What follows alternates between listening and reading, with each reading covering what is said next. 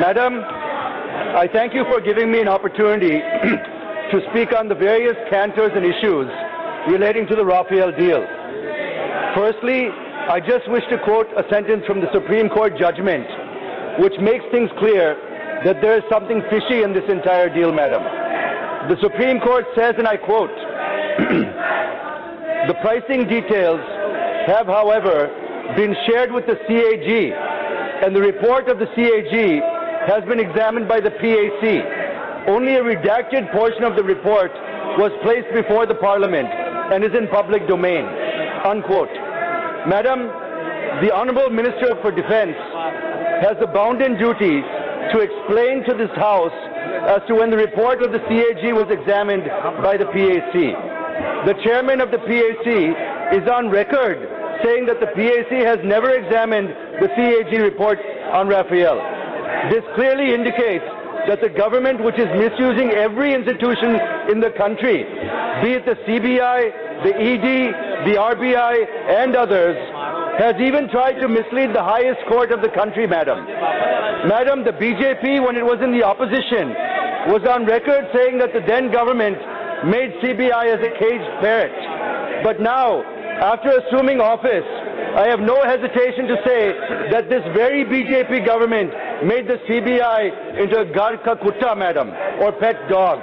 So I demand that the Honourable Minister explain why the government has misrepresented before the Supreme Court, madam. This is nothing but contempt of court and perjury, madam. Madam, the second point I wish to make is in March 2014, there was an agreement between HAL and Dassault Aviation. And as per the agreement, HAL was responsible for 70% of the work, the ones that are going to be made in India, madam.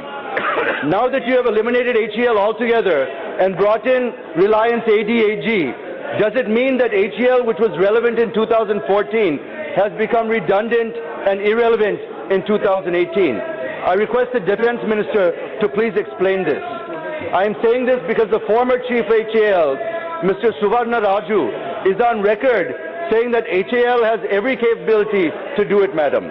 But instead you have given it to Reliance. Why, madam? Mr. Suvarna Raju also questioned the government. Why is it hesitating to put the files in the public domain? I would like the Minister to respond on this also, madam. In fact, I would like to mention here that the Defence Minister, Srimati Nirmala Sitharaman, has not hesitated in defaming one of the Navaratna public sector companies, madam, in the defense of not the country, but in defense of her leader, madam. The third point, there's an audio clip which has gone viral in the social media. The audio clip contains the voice of Mr. Vishwajit Rane, Health Minister of Goa, saying that the CM of Goa, who was the former Defence Minister, saying that all files relating to Rafale are in his bedroom, madam. I question this, madam. How the files of a sensitive, confidential, secret, classified, and relating to national security are lying in the bedroom of the present Goa Chief Minister, madam. I would like a categorical reply on this from the Defence Minister, madam. The fourth point, madam, the government is on record saying on the 18th of November 2016 that the cost of each Rafale aircraft is approximately 670 crores. And if you calculate the total for 36 aircraft, it should come to 24,000 crores, madam. The government is also on record saying that the aircraft would be delivered by April 2022, madam. But if one looks at the annual report of Dassault Aviation, it clearly says that the actual price to be paid for 36 aircraft is about 60,000 crores, madam.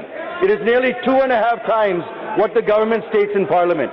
So I would like the Honourable Defence Minister to explain the discrepancy and how come you are paying more than 2.5 times for Rafale. If the figure of Dassault is correct, then you have misled the Parliament and it's tantamount to a privilege issue, madam. The fifth point, madam, I'm not a defence analyst, but I am a member of the Standing Committee on Defence, so I do have some knowledge on the defence procurement procedure.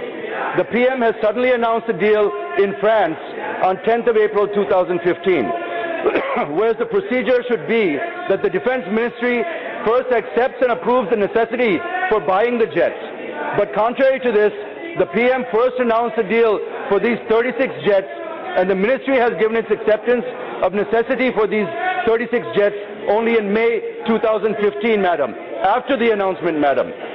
How the PM has announced a deal when the ministry has not even accepted the necessity of these 36 jets in flyaway condition, madam. Madam, I have a few small points to make, and I request the Honourable Minister to reply to those points as they are crucial and important to the deal, madam. Madam, the first is, what were the terms of the original deal under the UPA and what are the current terms? And whether there is any different procedure being followed. If so, the details of deviation, reasons behind such deviation, and how it impacts the deal financially and otherwise. Madam, second one, I'm almost done, madam. When the PM visited France in connection with this deal, who else were traveling with him and how the cantors of the deal have changed during those meetings? Madam, why the government wanted to enter into the new deal and how is it better than the old deal? The next, madam, the Modi government is trumpeting about Make in India. What happened to Make in India? Instead of making these jets in India, why is government buying them from made completely in France, madam? The next one, madam, the requirement of the Indian Air Force as per the old deal was for 126 aircrafts. But through the new deal, only 36 aircraft are being purchased. From where would the balance 90 aircraft that are required by the Indian aircraft be procured? Would the Defence Minister please respond to this? Next one, madam, how Reliance, which does not have any kind of manufacturing experience, will be able to extend technical and other cooperation to the fighter jets? Madam, 2 minutes, I'll finish, madam. In fact, the group of companies of Mr. Anil Ambani is riddled with debts amounting to more than 1 lakh crores, out of which the company which is involved in the defense has a debt around 38,000 crores, madam. I'm just concluding, madam. Madam, this issue pertains to accusations being made, particularly on the acts of the Prime Minister, madam. It is very unfortunate that the Prime Minister is not responding directly. Even more unfortunate is that the Prime Minister doesn't even bother to be present for the discussion, madam. I spoke for 1 hour during the no confidence motion regarding issues of special category status and other rights of AP in detail, but the Prime Minister didn't bother to respond to any one of the issues, madam. It leads me to conclude that this Prime Minister has no respect for Parliament, no respect for democratic institutions, or for due process of law, madam. I hereby submit that a joint select committee be formed without any delay so that the role of the Prime Minister and the government is inquired in order to find out the truth of the matter, madam. Madam, these are some of the issues I wish to place before the Honourable Minister for her reply. We want concrete answers on all of these, madam. Thank you, madam.